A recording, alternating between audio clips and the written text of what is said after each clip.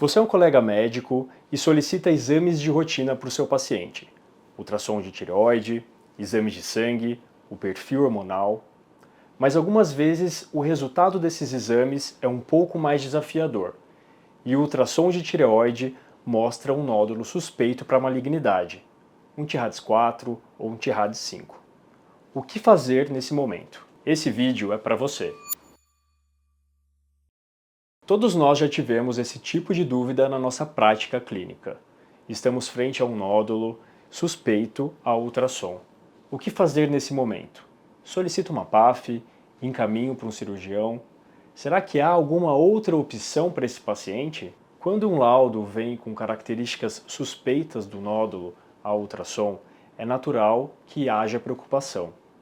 Mas a primeira coisa que eu gostaria de reforçar é que nem sempre as características suspeitas estão associadas diretamente à malignidade, e nem sempre é necessário solicitar a punção aspirativa por agulha fina, a PAF. Essa situação é mais frequente do que parece, porque a maioria dos médicos que atendem em consultório acabam se deparando com nódulos tireoidianos em algum momento da sua prática clínica. E a primeira mensagem que eu gostaria de deixar é que nódulo suspeito não é sinônimo de câncer. O ultrassom é uma ferramenta de estratificação de risco. Ele nos ajuda a identificar quais pacientes merecem investigação adicional, mas não fecha o diagnóstico sozinho. Por isso, antes de qualquer decisão, precisamos entender qual o risco real daquele nódulo. Hoje, nós utilizamos diversas ferramentas para isso. A própria avaliação ultrassonográfica, com os sistemas de classificação de risco, que incluem avaliação modo B, que é o mapa de cinzas, avaliação com o duplex Doppler colorido,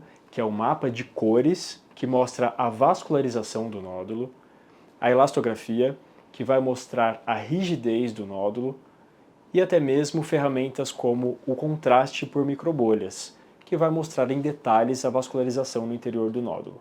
Todas essas ferramentas vão dar um risco real do nódulo. Juntando todas essas informações fornecidas pelo ultrassom, nós podemos acrescentar uma avaliação adicional, com a punção aspirativa por agulha fina, a PAF, ou até mesmo a punção por agulha grossa, a core biópsia. O objetivo é construir o diagnóstico com o máximo de segurança possível antes de indicar qualquer tratamento. E aqui entra um ponto que eu considero fundamental. Mesmo quando, após toda essa análise, existe indicação de tratamento, a cirurgia não é a única opção possível. Ela continua sendo uma ferramenta importante e uma opção para a maioria dos pacientes. Mas a medicina evoluiu muito nos últimos anos. Hoje, nós temos abordagens minimamente invasivas que podem ser consideradas em situações específicas. Temos a ablação por radiofrequência, que permite tratar determinados nódulos preservando a glândula. Temos a ablação por microondas, que vem ganhando cada vez mais espaço em centros especializados. Temos a alcoolização para cistos tireoidianos, que em muitos casos evitam procedimentos mais agressivos. E temos pacientes que simplesmente não precisam de intervenção naquele momento e podem ser acompanhados através do ultrassom de forma segura. Percebam que a pergunta deixou de ser qual procedimento fazer e passou a ser qual a melhor estratégia para aquele paciente. E essa resposta depende de diversos fatores. Depende do risco de malignidade ao ultrassom, dos sintomas do paciente, do tamanho do nódulo, do seu crescimento ao longo do tempo, da idade do paciente